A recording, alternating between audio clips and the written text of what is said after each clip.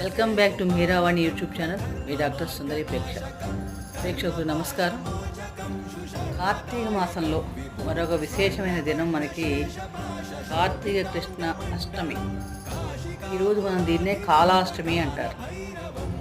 ఈరోజు ఈ కాళాష్టమి ఉన్న రోజు కాలభైరవుడు పూజ చేయటం చాలా విశేషమైన ఫలితాలు ఇస్తుంది. అలాగే కాలభైరవుడు పూజ చేసి ఆయన స్తోత్రం కాలభైరవాష్టకం పఠించి 3 అర్ఘ్యాలు ఇవ్వటం, ఉపవాసం చేయటం, జాగరణ చేయటం వలన ఎటువంటి శని సంబంధమైన కానీ రోగ సంబంధమైన సమస్యలు ఉంటే కనుక తొలగి ఆ కాలభైరవుని యొక్క అనుగ్రహం మనకు కలుగుతుంది.